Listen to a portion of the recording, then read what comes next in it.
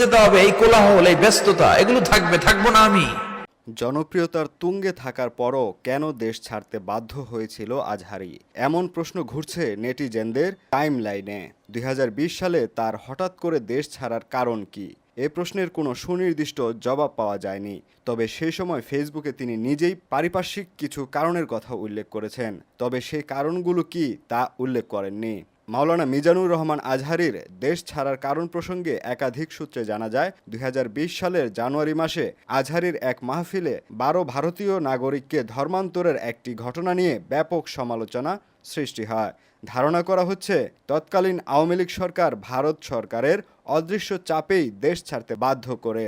ঢাকা বিশ্ববিদ্যালয় কেন্দ্রীয় ছাত্র সংসদের ভিপি নুরুল হক নূর ওই সময় বলেছিলেন, ধর্মীয় বক্তা মিজানুর রহমান আজহারীকে দেশ ছাড়তে বাধ্য করা হয়েছে। ভিপি নূর নিজের ফেসবুক পেজে লাইভে এসে এ মন্তব্য করেছিলেন। মাওলানা মনিরুল ইসলাম নামে এক আজহারি ভক্ত বলেন, মিজানুর রহমান আজহারী ছিলেন স্পষ্টভাষী ও সাহসী একজন বক্তা।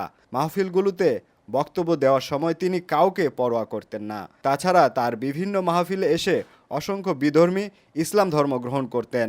আমরা যতটুকু জানতে পেরেছি, এটাই ছিল তার দেশ ছাড়তে বাধ্য হওয়ার প্রধান কারণ। ২০২০ সালের জানুয়ারিতে জয়পুরহাটে তার এক মাহফিলে ধর্মান্তরে একটি ঘটনা নিয়ে ব্যাপক আলোচনা হয়। এরপরে লক্ষ্মীপুরে আরেক মাহফিলে ১২ জন ভারতীয় নাগরিকের ধর্মান্তরিতের ঘটনাও ব্যাপক আলোচনার সৃষ্টি করে। আলোচিত এই হিন্দু পরিবারটি এসেছিল ভারত থেকে। তখন বাংলাদেশের পুলিশ ১২ জনকেই আটক করে এবং তাদের ভারতে ফেরত পাঠানো হয়। এরপর সরকারের ধর্ম প্রতিমন্ত্রী আজহারীকে জামাত সংশ্লিষ্ট বলে অভিযোগ তোলার পর তা নিয়েও ব্যাপক আলোচনা হয়েছিল।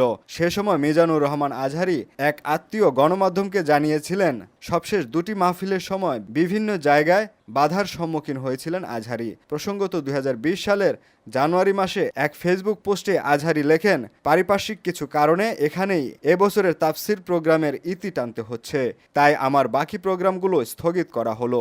রিসার্চের কাজে আবারও মালয়েশিয়ায় ফিরে যাচ্ছি। আল্লাহ রাব্বুল আলামিন সুযোগ করে দিলে আবারও দেখা হবে ও কথা হবে ইনশাল্লাহ।